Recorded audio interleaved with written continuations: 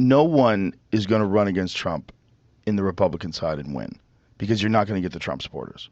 They are all in on Trump, unless he has a stroke, unless something happens that's horrible. They're all in on Trump. If you run against Trump, you're now the enemy of Trump. If I was friends with DeSantis, I'd be like, don't do it. You can't beat that guy. You just can't. When that guy gets out there and he's waving to people and they're going crazy, you're not beating that. There's a fucking, and the fact that he was the president for 4 years and the country was in a great economic situation, and it looked like his policies were actually effective, and that it looked like the unemployment was down, all business was building, regulations were being relaxed, more things were getting done. You know, when you look at it from a policy perspective, if you just look at it on paper, what he did was effective. A lot of people think it was effective. You don't like him as a personality, so you ignore that. Don't do that. Look at it in terms of a policy perspective. People liked the ideas that he was putting forward. And now you're saying like, oh, the wall is raised. Now the fucking, everybody thinks there needs to be a wall. Even the mayor of New York City is now calling to stop immigration into his city. And this was the guy that called it for it to be a sanctuary state. When the reality of what your policies, what kind of actions you put forth, what the results of that are, and those results are highly negative, you're forced to sort of recollect your thoughts and come up with a new perspective. And that's what the mayor of New York City is doing right now. When you just look at what Trump's policies were, and then obviously COVID hits, there's a lot to that, the lockdowns, the economic collapse, all the shit that came with that. None of that is good. And then Trump holds up this like hope to bring us back to where we were when he was in office. You're not going to beat that. I don't think they're going to beat that.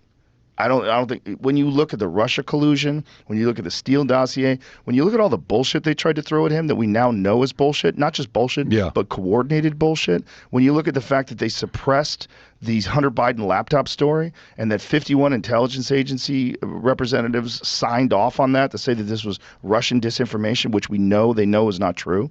That's scary, because now you have the intelligence agencies colluding to keep a guy from being president that was president during a time where the country was thriving economically.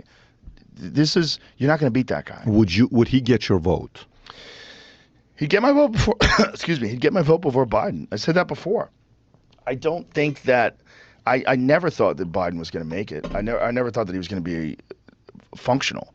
You know, like regardless of what kind of power the president actually has. And it appears under Trump, the president has a lot more power than we think they do. But under Biden, it's like he's handled.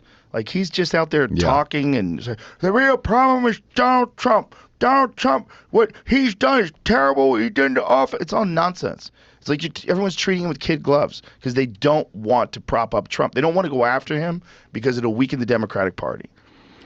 So when are you having Trump on? I don't know. Okay. The look, I don't know. Maybe. Looks like you got something. Maybe. Okay, good. That's good. I think that's... look, at a certain point in time, it's just like,